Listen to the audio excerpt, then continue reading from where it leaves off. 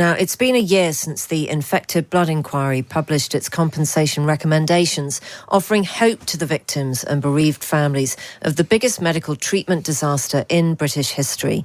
Since then, almost 100 victims of contaminated blood in the 70s and 80s have died without receiving compensation. Some people have already got interim payments of £100,000, but the inquiry chair, Sir Brian Langstaff, said that a number have gone unrecognised, and that includes parents who lost children and children orphaned when their parents died.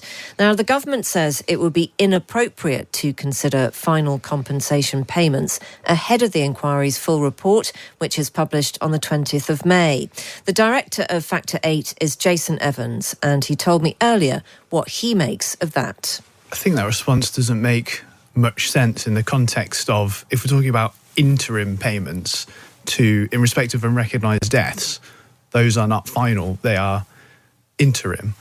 And it's incredible, really, when you think the inquiry showed data last July that there have been 2,900 deaths attributable to infected blood and blood products. 900 bereaved partners received an interim payment in October 2022, which means there are 2,000 victims who have died. These are the unrecognised deaths, where no one in any in those bereaved families, those 2,000 families, has received an interim payment. And just to give you one example, recently I've got to know a young man called Sam. His father was infected with hepatitis C and HIV through infected blood products, infected his wife, Sam's mother, with HIV, who was pregnant and gave birth to a HIV-positive daughter. All three of them died of AIDS by the time Sam was 3 years old. His baby sister was 3 months old, Abby, when she died. And so what we're seeing is some of the very worst impacted families have received nothing. Most of the bereaved families have received nothing. And why the government can't do that when they've already made interim payments to some bereaved families, a minority, but some, it just makes no sense. So let's try and unpick that and try and find some sense in it, if it is there to be found.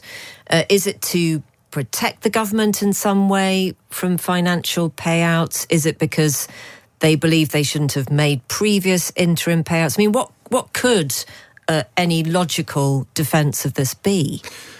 Well, I think what's really interesting is just a few weeks ago, probably about a month ago now, I was in a court case against the Department of Health in relation to a freedom of information request I had made asking for information about what the government is doing when it comes to infected blood compensation. And interestingly, I represented myself in that hearing, and one of the arguments that lead official in the Department of Health called William Vinall made was that although interim payments to some people have been made, the information about why they were made is not in the public domain, and that it wouldn't be in the public interest for that information about why those payments were made to be released, which is very interesting. I mean, what I would say is when it comes to the timing of the payments that were made in 22, Boris Johnson, it was already known that he would be exiting as Prime Minister. So there is that, this was sort of in August 22, those interim payments were announced to be made. They were eventually made in the October of 22. So it's, interesting to consider that time, but ultimately we don't know. Now, we actually got the judgment about a week ago from that hearing, and the court found that the Department of Health should release that information. Unfortunately, I have to wait 35 days before that can be released. Right. But it's a constant battle. Yes, no, I can absolutely hear that. And I suppose what I'm left thinking with your answer there is whether or not you believe that there might have been a political motivation in the timing of some of these previous interim payments. Is that what you're thinking? It seems very possible. Because the Department of Health, particularly the officials, it seems, consider that the victims of this scandal are not, as would rationally be the case, all those who were infected, including everyone that's died as a result of being infected. The victims, this is what was said to me in that court hearing by this official, William Vinall, the victims are those who are currently registered with the support scheme, which provides monthly benefit payments to those infected who are still alive.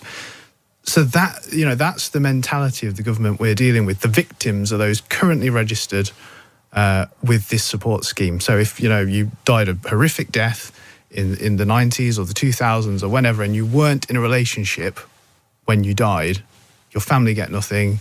You're not a victim. That seems to be. It can only be for cost reasons, I expect. Matt Hancock, when he was Health Secretary, he made a promise about compensation. So that would be back in 2021. That's right.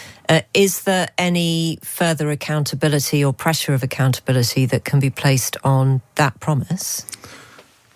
I mean, that's one of the arguments that was advanced in this FOI case. I mean, we've recently put in, just last week, an official complaint to the Department of Health on that very point, that under oath, a Secretary of State, Matt Hancock, said, if the inquiry's findings recommend compensation, we will pay compensation under oath to an inquiry. And yet, now the inquiry recommended that a year ago, it hasn't happened. And we've got most bereaved families having received nothing. So our complaint is made seeking a finding of maladministration. What we want to do is take it to the Parliamentary and Health Ombudsman. I've gone down that route before against an individual NHS trust and have been successful in obtaining a maladministration ruling. So that's the view, is to do that again on this specific point, that it's a broken promise that was made under oath legally. We weren't the only country to suffer from this terrible problem of infected blood. Which other country would you point to exemplify how all of this could have then been dealt with better? Well, I often think what happened in Japan is a good example in terms of the response to compensation, where back in the 90s, the Japanese government accepted the principle of compensation, paid compensation, and perhaps most importantly, forced the pharmaceutical companies, Bayer, Baxter, Revlon Healthcare, who manufactured these infected factor VIII blood products, to pay roughly half of the compensation. And I know, there's a similar argument going on that you see with the post office compensation with Fujitsu. And I think that's very relevant here.